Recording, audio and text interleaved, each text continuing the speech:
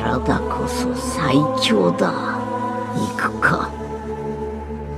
スーパーサイヤ人ゴッドを超えた力見せてやる。スーパーサイヤ人ゴッドの上を行く力を見せてやろう。勝負はこれからだ。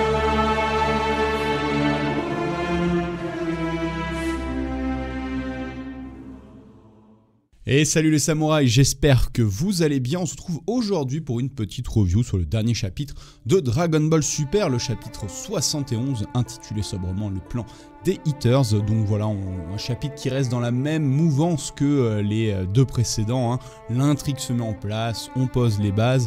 On est en train vraiment de voir comment finalement Goku et Vegeta vont aller à la rencontre de Granola sur la planète céréale, donc c'est eux qui vont aller se déplacer sur cette planète. On voit un petit peu les enjeux de chaque groupe. Freezer pour l'instant est toujours bien de côté, hein. Je me demande si on verra le tyran galactique à un moment ou à un autre. En tout cas, pour le moment, beaucoup de choses laissent à penser que nos prédictions en pensant que les Eaters seraient probablement les grands méchants de cet arc-là, et non pas Granola, hein, qui fait pas vraiment méchant, semble se concrétiser, hein, dans ce chapitre. Hein. Whis émet beaucoup justement de réserves. Est-ce que c'est vraiment une menace ou quoi? Après, il ne dit pas, hein, réellement les choses à Goku et Vegeta, même si on se doute qu'il en sait un petit peu plus qu'il ne le prétend. Il ne le dit pas tout simplement parce que ils n'interviennent pas dans les affaires des mortels. Mon cul. Mais bon voilà, ça c'est l'excuse des dieux. On n'intervient pas dans les affaires des mortels, mais on sait très bien que c'est faux. Bref, en tout cas, bon, un chapitre de transition qui était ma foi plutôt sympathique, mais sans plus. J'ai quand même bien aimé les petits moments un peu fun en mode Goku vraiment apprenti, hein, maintenant de Whis, et Vegeta apprenti de Bilus.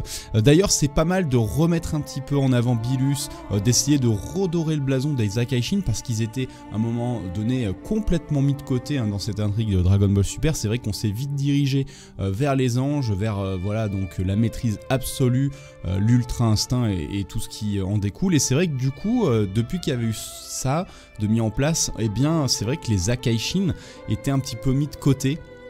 Et donc là c'est sympa, même si on voit que ça brode, honnêtement j'ai mis des réserves sur le côté Akaishin. J'ai l'impression vraiment qu'on essaye, allez, on va essayer de donner un truc à Vegeta. On sent bien, hein, que c'est un peu ça, et on essaye de broder en mettant un peu de côté ce qui a été expliqué. On essaye de foutre sous le tapis ce qui a été expliqué avant, parce que bon, on va pas se mentir, l'ultra instinct ça avait été quand même vendu comme un peu la technique ultime, et même l'objectif pour les Akaishin. À un moment donné c'était un peu vendu comme ça, je me souviens. Là bon, là on met un peu de côté et on met un peu en mode genre la technique des Akaishin peut être aussi puissante, voire plus puissante, hein, parce qu'il y a même un petit délire entre Bilus et Whis, hein, qui sont en train de chauffer leur poulain avant qu'ils partent. D'ailleurs j'ai bien aimé le délire, on remet la marque de Whis, hein, sur Goku, et donc du coup le symbole des Akaishin, on découvre que c'est cette fameuse petite boucle d'oreille qu'ils ont tous sur l'oreille, voilà. Et donc du coup il le donne à Vegeta, donc Vegeta avec une boucle d'oreille, pourquoi pas. Mais bon, j'aime bien ce délire là quand même, c'est plutôt sympa. Moi après ce que j'ai beaucoup apprécié, c'est le fait qu'on revienne un peu sur cette base de, et non, l'ultra instinct c'est pas une transformation, parce que ça c'était un truc qui m'a énormément dérangé dans le précédent arc, hein, j'en avais pas mal parlé notamment sur Twitter. C'était qu'à la fin l'ultra instinct n'était vu que comme une nouvelle transformation, quoi. Et ça, je trouvais ça dommage, parce que c'est pas du tout comme ça qu'il avait été intégré, c'est pas du tout comme ça qu'il était vendu. On nous avait expliqué que l'ultra instinct c'était une technique, que c'était un état d'esprit, voilà, et que potentiellement, enfin, que même tout le monde pouvait y accéder. Et moi ça je trouve que c'est super important, parce que bon, ils s'en sont pas servis comme ça, mais c'était un bon moyen, hein, je le dis à chaque fois, parce que c'est le truc qui me dégoûte le plus, c'est de se dire que c'est tellement l'outil parfait pour remettre en avant plein de personnages qui avaient été mis de côté, notamment Piccolo-sama. Je veux dire, voilà, Piccolo Ultra Instinct, moi j'aurais dit oui tout de suite, mais bon, à mon avis ils ne le feront pas. Mais voilà, c'était vendu comme une technique, et c'est vrai que du coup, dans l'arc mollo, ce côté technique, on l'avait complètement mis de côté pour eh bien, mettre en avant plutôt le côté transformation. Et ça, moi, j'avais vraiment pas aimé ce côté-là. Mais bon, ils l'ont fait comme ça. Mais pour le coup, là, avec ce chapitre-là, je l'accepte un peu plus parce que j'aime bien la justification, en gros, qui est dit que, en fait, Goku, lui, il a intégré comme une transformation. Et c'est comme ça qu'il l'utilise. Et donc oui, ça lui fait comprendre que c'est pas la bonne manière de faire, que dans l'idéal il faudrait qu'il le soit constamment en fait, que ce soit pas une transformation mais vraiment un état dans lequel il serait non-stop. Et donc du coup ça je trouve ça très intéressant, et du coup on reviendrait probablement même sur sa toute première la toute première fois qu'on l'a vu l'utiliser, donc qui était on appelait ça le l'ultra instinct, les signes de l'ultra instinct, où il était en mode normal avec les yeux argentés, où moi je trouvais que ce mode là était parfait. Donc dans l'idée ça serait qu'il soit constamment un peu dans cet état là, donc en mode normal, mais voilà, où il peut utiliser l'ultra instinct et donc la transformation qui serait un peu la phase ultime si vraiment il y a un gros pépin. Et là pour le coup, pour moi ça rend la chose beaucoup plus intéressante. Pardon. Et donc du coup, moi j'ai hâte de voir ce que ça va donner par la suite, ça. Surtout que moi j'avais adoré, par contre, moi j'étais beaucoup plus friand de ce côté-là en mode normal, avec quelques petits effets en animé qui rendaient la chose vraiment sympa. On a quand même le droit au petit Goku, la page 1, qui avait déjà fuité, parce que c'est Dragon Ball. Maintenant on fait carrément des thrillers sur les brouillons du chapitre. C'est incroyable, j'ai jamais vu un manga auto-spoilé par la promotion, enfin c'est comme ça. Bon, du coup la page 1, même si tu voulais esquiver, elle était partout, il y avait beaucoup de gens du coup qui reparlaient du Goku bébête qu'on a le droit dans Dragon Ball Super. Est-ce que ça vaut le coup de réépiloguer là-dessus? Je pense pas, hein. Clairement le Goku de Dragon Ball Super n'est pas le Goku de la fin de Dragon Ball Z, hein. Il a, je sais pas, il a reculé, il a 50 ans de moins d'âge mental, en fait il est revenu au début du manga. Mais bon, hein, ça c'est pas nouveau, donc soit on fait avec, soit soit à chaque chapitre on a envie de se bouffer les yeux. Mais bon, c'est comme ça. Après, ça empêche pas le reste d'être intéressant, même si c'est dommage, oui, de voir un Goku tout le temps en mode bébête. Voilà. Alors moi, après, au-delà de ça, ce qui commence à me déranger, c'est le fait aussi que pour l'instant l'intrigue repose sur pas grand-chose du côté de Goku et Vegeta, en mode c'est vraiment, on veut être les numéros 1 de la galaxie. Et autant pour Vegeta c'est pas surprenant ce qu'on disait, mais autant pour Goku c'est un peu plus gênant que ça lui tienne autant. Même si là ils essayent de se rattraper en mode ah non mais moi je veux rencontrer le plus fort de la galaxie, bon, si tu veux.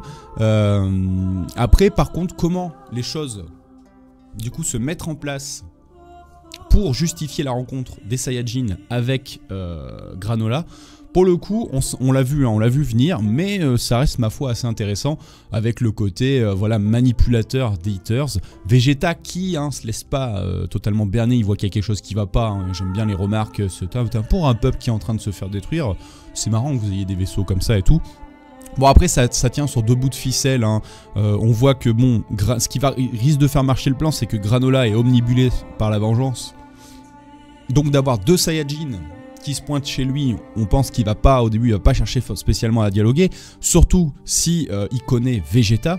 On aura peut-être un potentiel flashback avec Bardock, parce que pour rappel dans le premier chapitre de cet arc là, on pouvait clairement discerner qu'un des Dozalu qui détruisait la planète de Granola était clairement Bardock. On reconnaît la cicatrice sur le Ozaru, donc il y aura peut-être un petit flashback, genre il a vu le père de Goku dans son état normal, donc il y aura peut-être un petit flash comme ça. Ça pourrait être quelque chose d'assez intéressant, on peut construire quelque chose aussi autour de là, et puis ça permet aussi d'intégrer un petit peu plus de manière canon le nouveau Bardock, donc je suis pas spécialement fan, hein.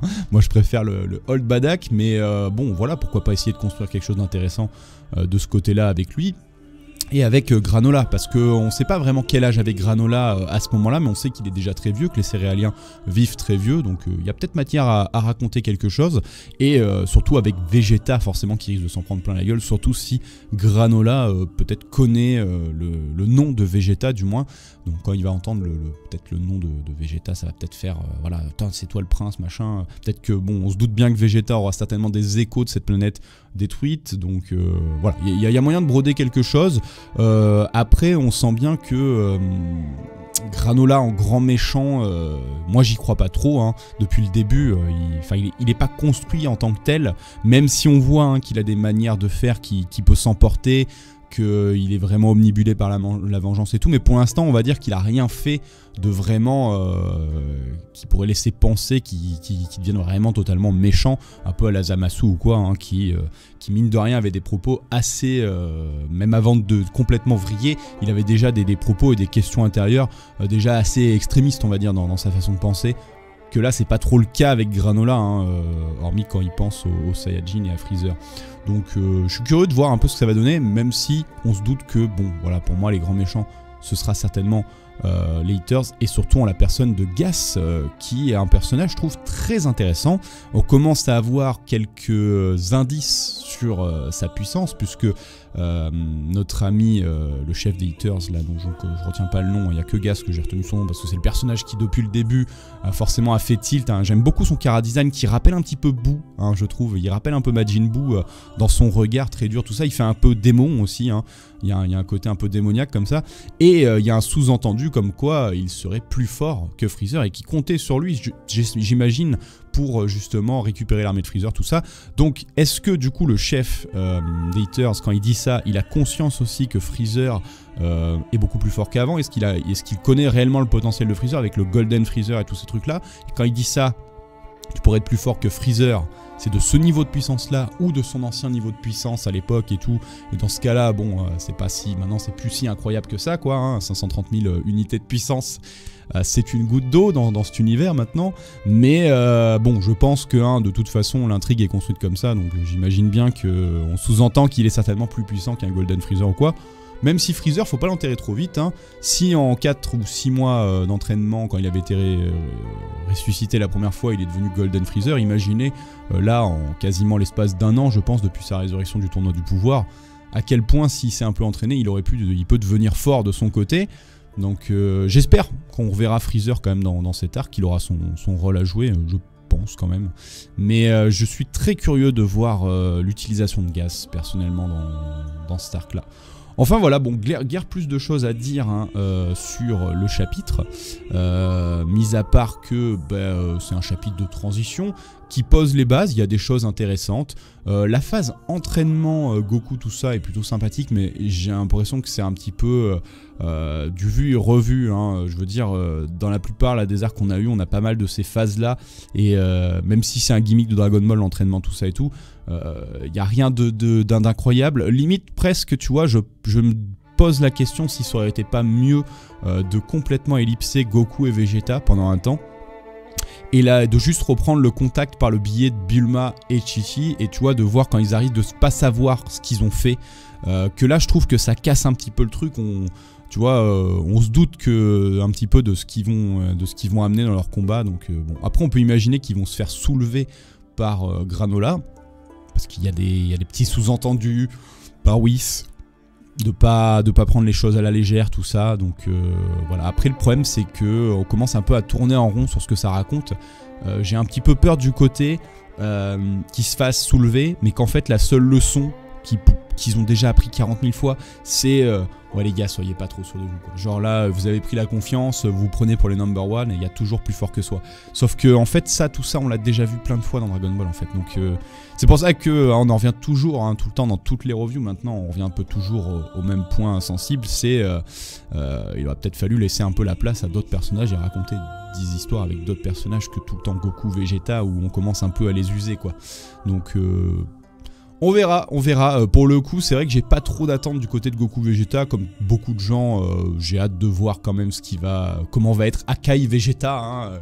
Il y a déjà des Purple Vegeta sur YouTube, hein, donc voilà. J'ai quand même hâte de voir ça, mais c'est vrai que je suis beaucoup plus intrigué par les méchants de l'histoire. Je suis très intrigué de voir l'évolution de Gas pour le coup, l'évolution de Granola et le plus ou moins retour de Freezer. C'est plus ça que j'attends en fait. Voilà, en tout cas, moi je vous laisse ici. Je vous souhaite une très bonne fin de journée ou de soirée selon le moment où vous regardez cette vidéo. N'hésitez pas à me donner votre avis dans l'espace commentaire, hein, c'est le but. L'idée c'est de débattre ensemble et je vous dis à bientôt au mois prochain pour la prochaine review sur Dragon Ball Super. Prenez soin de vous, à la prochaine, tchuss. この体こそ最強だ。行くか。スーパーサイヤ人ゴッドを超えた力見せてやる。スーパーサイヤ人ゴッドの上を行く力を見せてやろう。勝負は